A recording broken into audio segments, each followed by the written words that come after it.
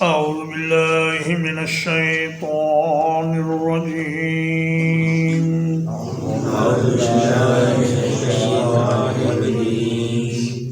وأرسلنا الرياح لواقح اور بھیجا ہم نے ہواؤں کو بار آور بنا کر فأنزلنا من السماء ماء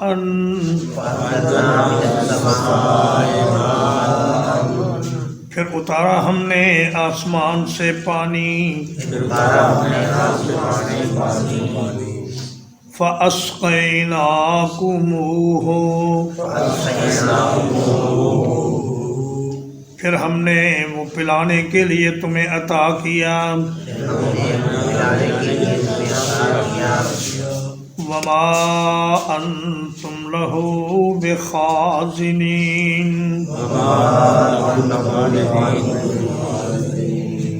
اور تم نہیں ہو اس کا ذخیرہ کرنے والے۔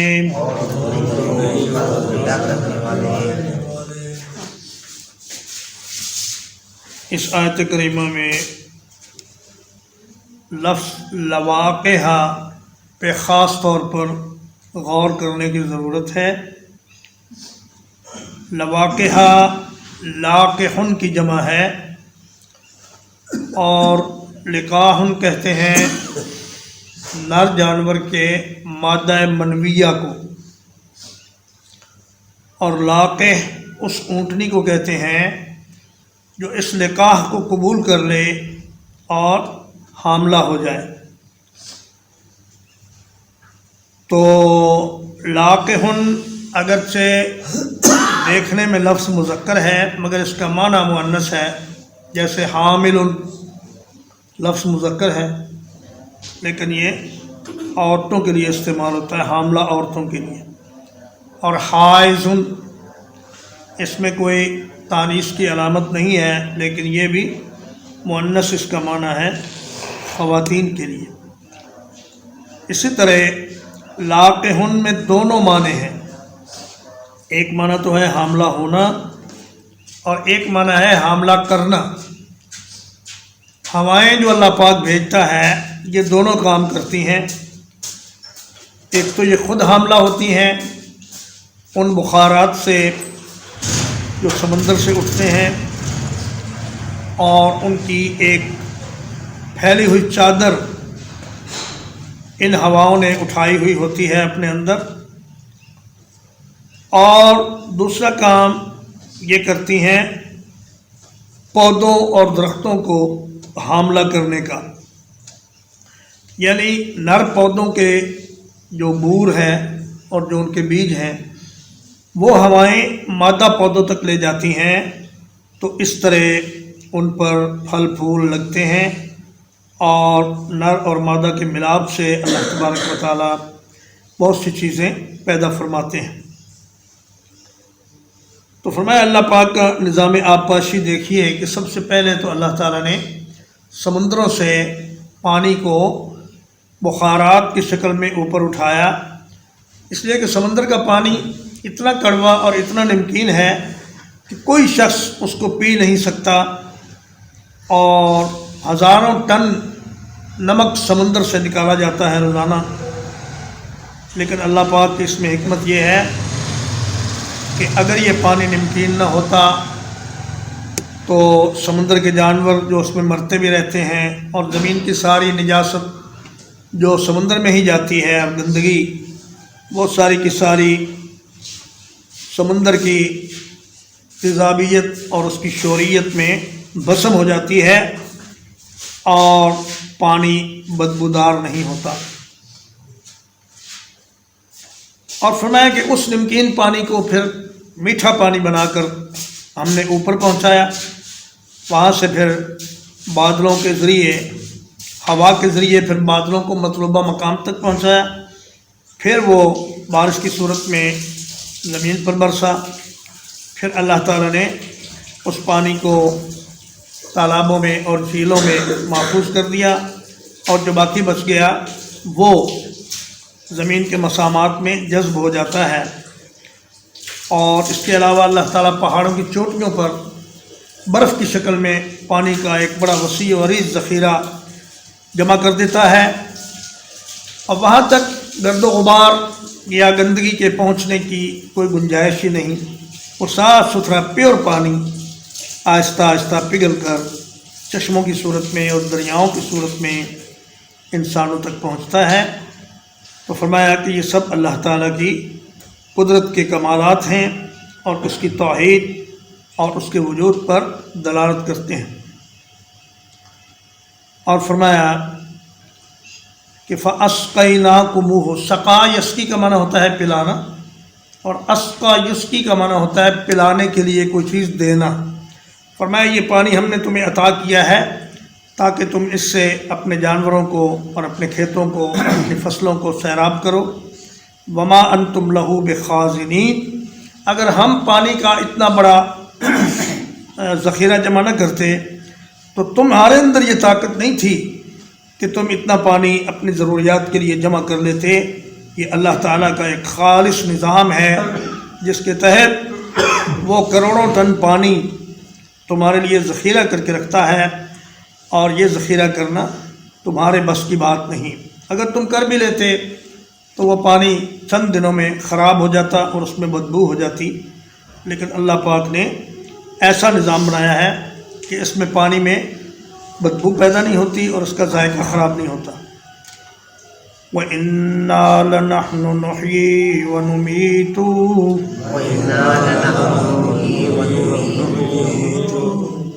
اور بلا شبہ یقیناً ہم ہی زندہ کرتے ہیں اور مارتے ہیں۔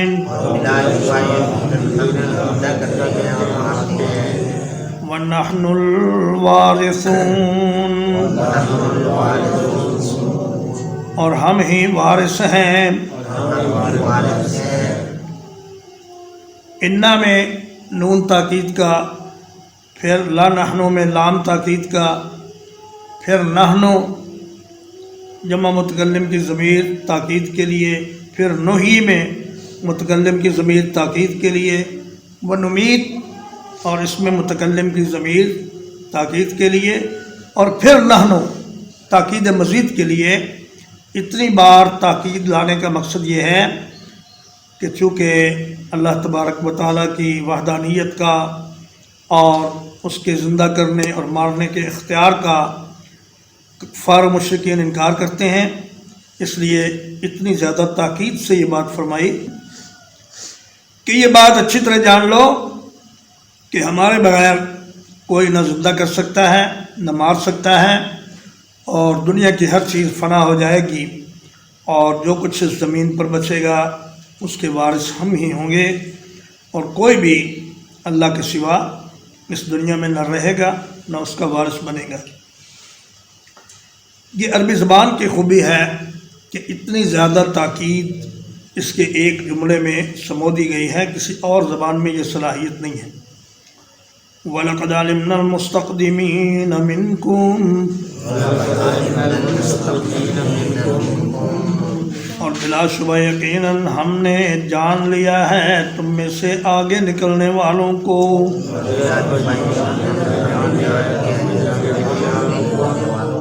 وَلَقَدْ عَلِمْنَا الْمُسْتَأْخِرِينَ،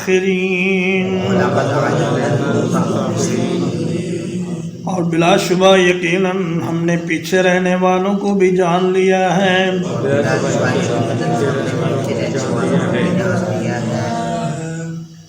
اس کے متعدد معنی ہیں۔ ایک تو یہ معنی ہے کہ جو لوگ پہلے گزر چکے ہیں ان کو بھی اللہ جانتا ہے، اور جو بعد میں آنے والے ہیں قیامت تک ان کو بھی اللہ جانتا ہے۔ اور ایک معنی اس کا یہ ہے کہ جو لوگ اذان کی پہلی آواز سن کر، اللہ اکبر سن کر نماز کے لیے دوڑ پڑتے ہیں، اللہ ان کو بھی جانتا ہے، اور جو سستی اور کاہلی سے آہستہ آہستہ ایک دو رکعتیں گزار کر آتے ہیں یا جماعت کے بعد آتے ہیں، اللہ ان کو بھی جانتا ہے۔ اور تمام نیک اعمال اور صدقہ و خیرات اور جتنی بھی نیکیاں ہیں ان میں سبقت کرنے والوں کو بھی اللہ جانتا ہے، اور ان میں سستی اور غفلت کرنے والوں کو بھی اللہ جانتا ہے۔ فرمایا فاستبقوا الخیرات، نیکی میں ایک دوسرے سے آگے نکلنے کی کوشش کرو، اور فرمایا وسارعوا الی مغفرۃ من ربکم وجنۃ عرضها السماوات والارض، دوڑو، جلدی کرو اللہ کی جنت کی طرف، نیک اعمال کرو، اچھے اچھے کام کرو، اور اس جنت تک پہنچو جس کی چوڑائی زمین و آسمان کے برابر ہے۔ تو فرمایا کہ ہم سب کو جانتے ہیں اور ہر ایک کا عمل لکھ رہے ہیں، اور کل قیامت کے دن وہ اعمال ان کے سامنے پیش کر دیے جائیں گے۔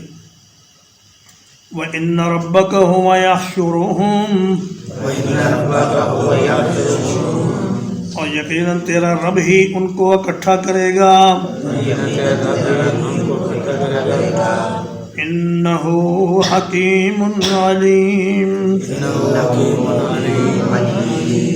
یقیناً وہ بڑی حکمت والا، بڑے علم والا ہے۔ وَلَقَدْ خَلَقْنَا الْإِنسَانَ،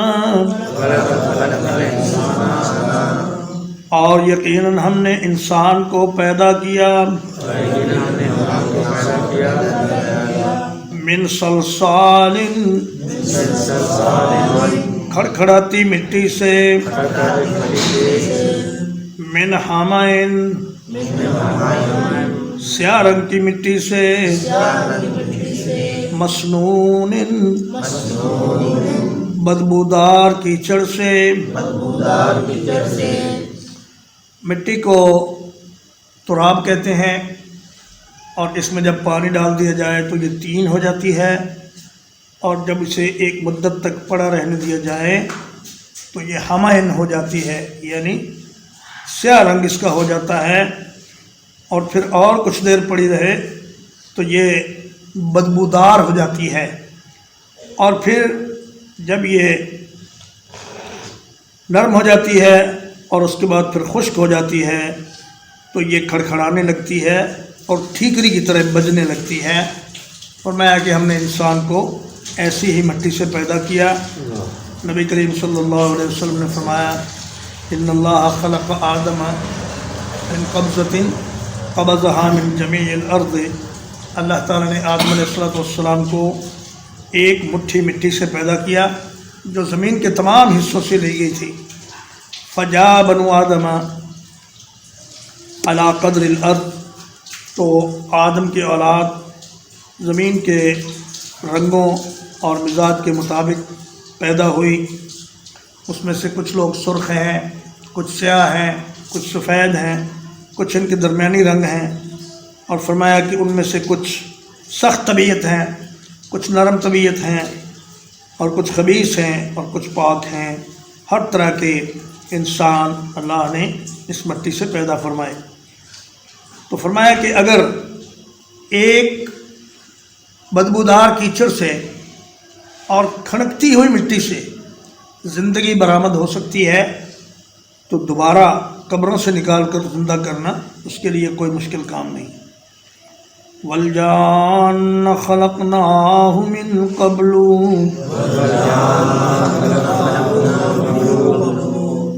اور جنات کو ہم نے پیدا کیا اس سے پہلے، من نار السموم، لو کی گرمی سے۔ جان سے مراد یا تو شیاطین کا باپ ہے ابلیس، اور یا پھر تمام جنات و شیاطین مراد ہیں کہ ان کو بغیر دھوئیں کے ایک سخت حرارت والی لو سے اللہ تعالی نے پیدا کیا ہے۔ تو اگر اللہ پاک ایک گرم لو سے ایک مخلوق پیدا کر سکتا ہے تو باقی کام اس کے لیے کیا مشکل ہے۔ تو سموم کہتے ہیں ایسی حرارت کو جس میں دھواں نہ ہو۔ تو فرمایا کہ ہم نے جنات کو ایک ایسی آگ سے پیدا کیا